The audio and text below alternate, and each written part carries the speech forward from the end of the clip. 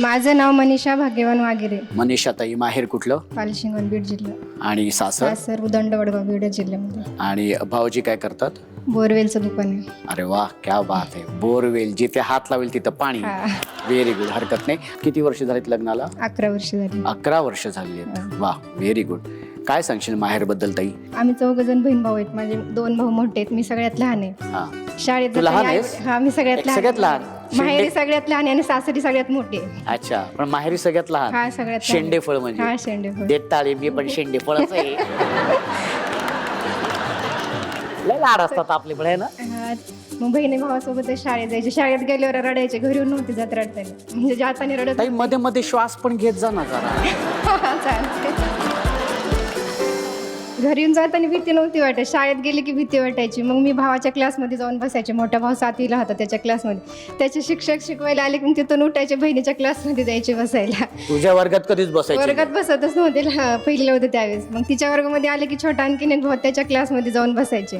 तर आता ह्याच्यावरून आठवतं की आम्ही 3 जणी जावा आहे तिथं. तर मी मोठे, माझे मोठे आहेत, लहान मुलगा आणि मुलगी आहे. तर जावाचे लहान आहे, ते शाळेत चालले की रडतात. मग मी त्यांना सांगते, असं करे तू पण मोठ्या दादाच्या क्लासमध्ये जाऊन बसायचं.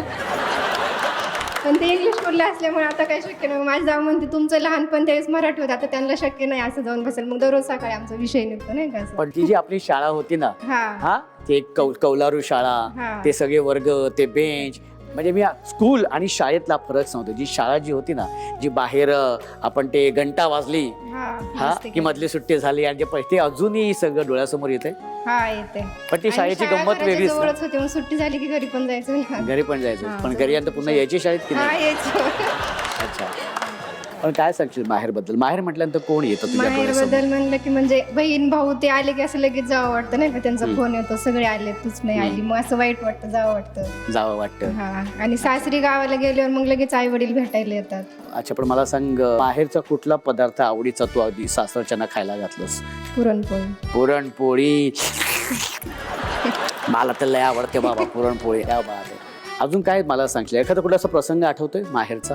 माहेरचा प्रसंग म्हणजे असं आई वडील आले की वडील जाताना असं लगेच डोळ्यात पाणी येतं, नाही का? असं दाखवून देत नाहीत, पण आपलं लक्ष असतं ना, आणखीन पण असं डोळ्यात पाणी येतं, चालले की डोळे पुसत राहणार. अच्छा. पण माहेरी कुठल्या नावाने हाक मारायचे तुला आई बाबा? चिऊ. चिऊ. हा. आणि मग भाऊजी कुठल्या नावाने हाक मारतात? मनीषा नाव आहे, पण मनीषा जास्त म्हणत नाहीत, मने म्हणून आवाज येतो. काय तर म्हणे. बरं, हरकत नाही ताई. खूप छान. कसं वाटते तुला बोलून? खूप छान वाटते. व्हेरी गुड ताई, तू बसू शकतेस. माहेरच्या आठवणीनंतर आता आपण सुरू करणार आहोत आपल्या खेळांना, कारण त्यातलीच होणार आहे आजच्या भागाची हुकुमाची राणी. आणि ती हुकुमाची राणी विराजमान होणार आहे या मानाच्या खुर्चीवरती. हो, मला माहिती आहे आता तुम्हाला हे सगळं माहीत झालेलं आहे. पण लकी ड्रॉ मधून आपण पहिल्या खेळासाठी काही ताया निवडणार आहोत आणि मग त्या तायांमधून 10 ताया जाणार आहेत आपल्या पुढच्या खेळामध्ये. 10 तायांमधून 5 ताया जाणार आहेत त्याच्या पुढच्या खेळामध्ये आणि 5 तायांमधून 2 ताया जाणार आहेत शेवटच्या खेळामध्ये. आणि त्यातलीच होणार आहे आजच्या भागाची हुकमाची राणी आणि ती विराजमान होणार आहे